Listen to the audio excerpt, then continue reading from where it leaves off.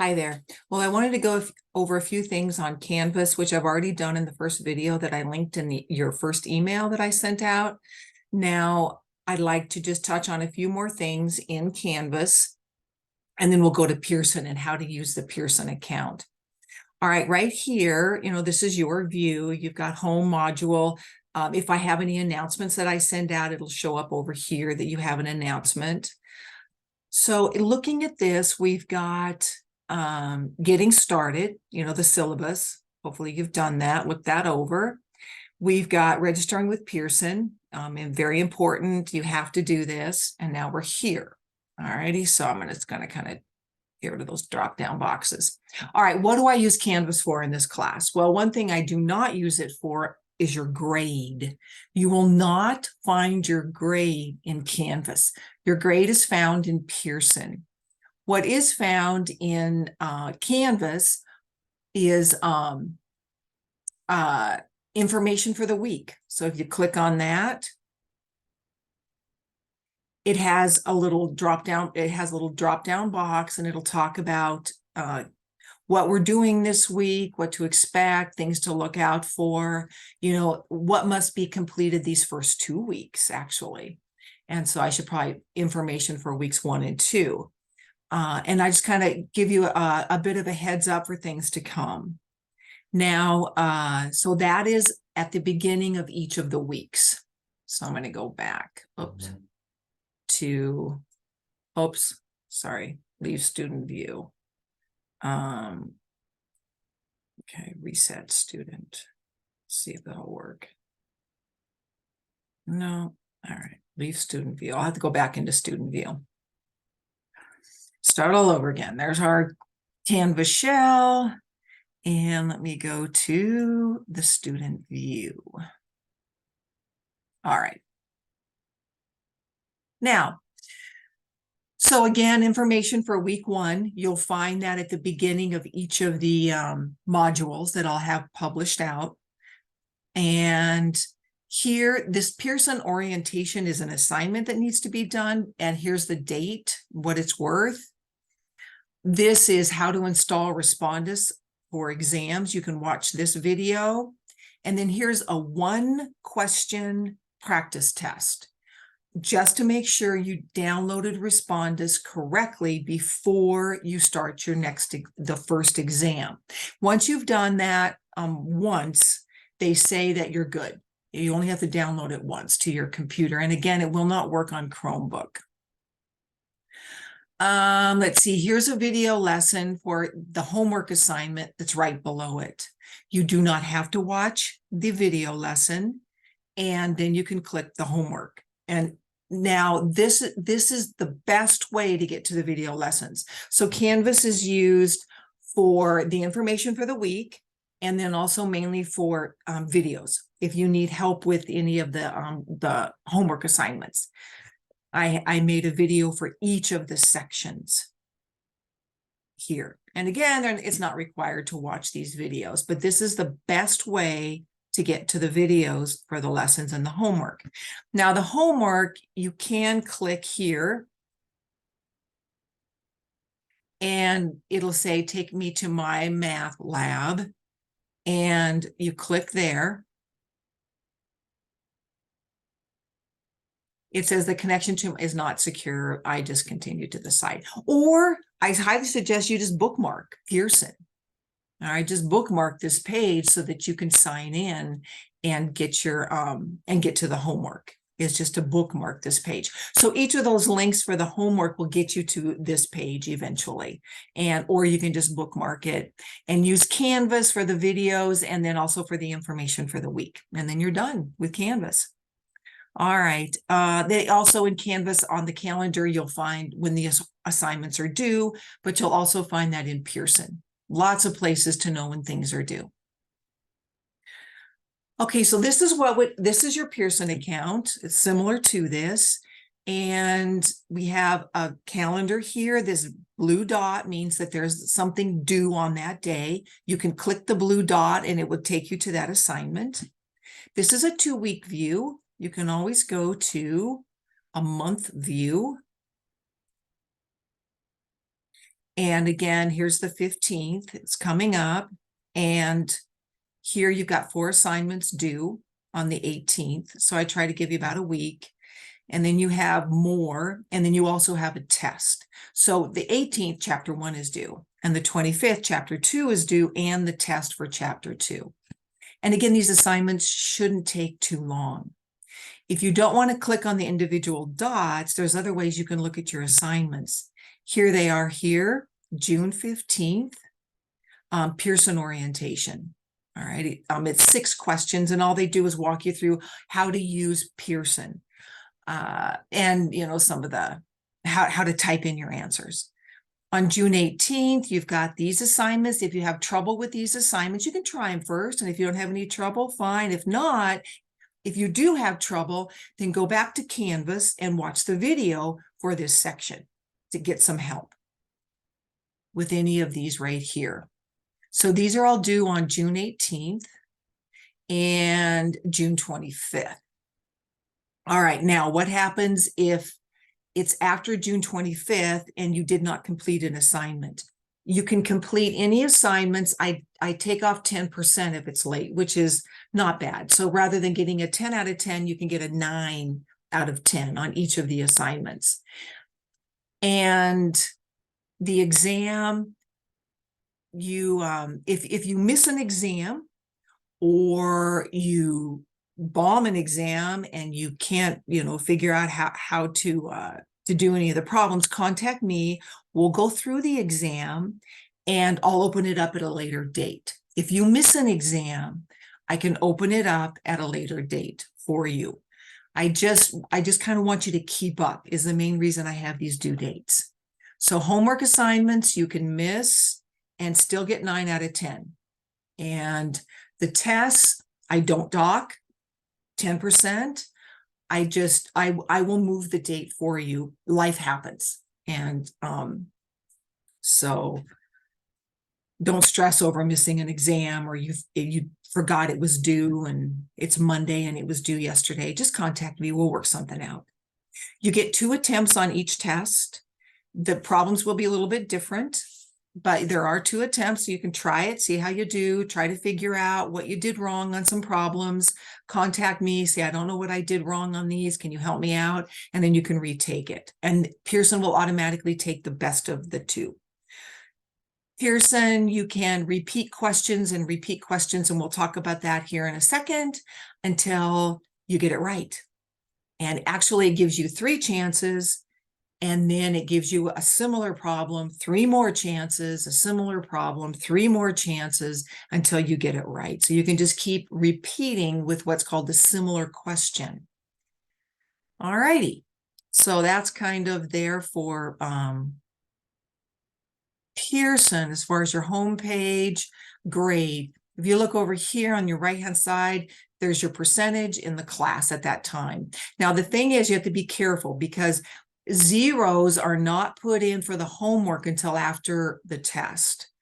So, it's not so much a real-time score unless you got all of these, unless you did all of your homework and you got them all right, then that's your score. But if you miss assignments, I go through, I put a 0. It doesn't mean you have to keep the 0. You can go back, click on it and read and work on it for a higher score, but I will put in a 0. If you miss an exam, it's Monday, you forgot it was due Sunday, I put a 0 in. It doesn't mean you have to keep the 0. You can contact me and we'll make arrangements. All right, I just want you to learn as much as you can for your next level of class from this class here. So let's see, if we were to click on an assignment, we'll just pick one here. You don't have to go in order. Ooh, oh well, probably should have gone back. Okay, if you see here, late submission, a 10% is deducted from questions completed after the due date. So the ones you complete before the due date, you'll get full credit. But the ones after the due date, it'll dock you 10%, but it's not that much. So if you were to click on a problem, you don't have to go in order. We can click on number 14, we'll say. And again, this is why you must allow pop-ups. You must allow pop-ups for these for Pearson. Now, here you're asked to solve. I'm going to move my picture here up. All right. Okay. So they ask you to find what is n equal to. Now you click over here and this shows up. And not necessarily, it's not necessary, really, you probably won't be using these. It's not asking you how to solve. You know, you subtract 2012 from both sides. But, you know, if you need more of these little icons down here, and when you do the Pearson orientation, they'll go through that as well. You can press more, and it gives you more templates. One thing that's kind of annoying, that if you want to type in a fraction, you use this template here.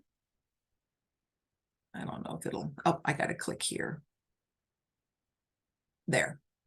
And then you click on that, and then you fill in the fraction if you need it. Let me get rid of that.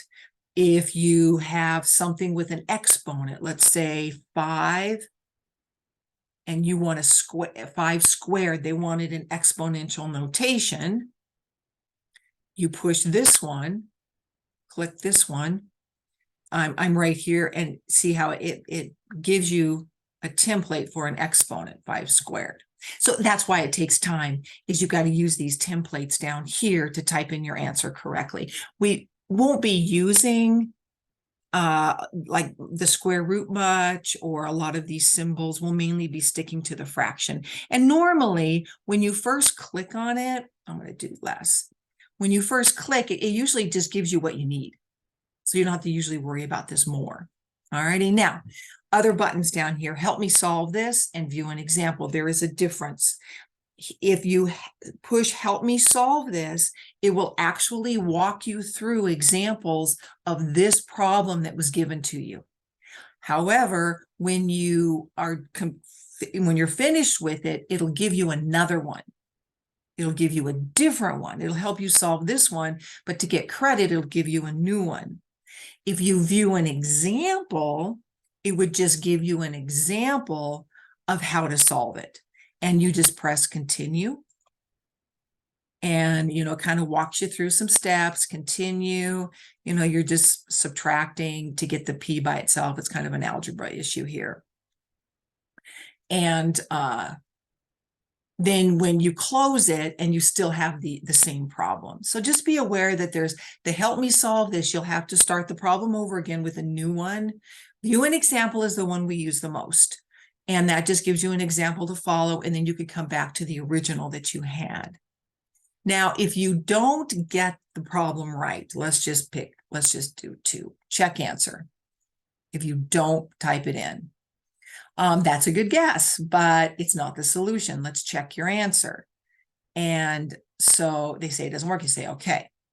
So then we type in another wrong answer. Check answer. Again, it says, you know, try again. It's not right. You say, okay. And then we're going to type it in again. You get 3 chances on this one problem here. So we'll go 6. It's wrong. And this is the final check. When you hit the final check, it'll tell you what the correct answer is. Your answer, you know, was 6. So you can go to the next question, but that means that this one will be marked wrong and you won't get the points. Or you can do similar question. And then it'll give you a similar question, and then you can type in your answer. All righty. And then if you get it right, then you get full credit. So you get 3 chances, another question similar to it here. We're still on question 14. And then as soon as you get it right, it gives you full credit. Okay. So, but right now it marked it wrong, but you can always go back, redo it, and make it right. So the homework you can always come back to. All the way up until the end of the course. You can come back to problems and try to get 100% on the assignments. I hope that makes sense. I wanted to find one with, no, here you would just type in 16 squared, whatever that happens to be, 256, I believe. Yeah, maybe higher than that. All right, so again, here are just some problems using PEMDAS for this. All righty, but I just mainly wanted to show you, help me solve this, view an example, if you get it wrong, and then you can, once you're done, you need to leave for a while, you can save it and then come back to it. So then you could save that, and then you could come back to it. You could come back to this question, pick another question, and go to those. So let's see. I wanted to go back to the assignments. Changes made here will affect your score. Okay, let's see if we can go back. There's one thing I wanted to point out. Let's see. Now, welcome to MyLabMath, you can watch this right here. You can run a browser check. You need to. How to enter answers. If you're still struggling with how to enter answers, you can click this right here, and it will go through step by step. This Pearson orientation is 6 questions. You can see the 6, and it just is how to enter some of the answers as well. And this is due the 15th, which is the first assignment that's due. Now on this one, here, try not to panic with these, 42 questions on this homework here. They're done pretty quickly. So I think that you'll be all right. I guess that might be it. If something else comes up, I'll let you know. And again, your grade, it's a 0%, but it'll show up over here. Let's see. There should be a grade book link, student grade book link. I think it will be over on the side for you. You can always look at your grade book.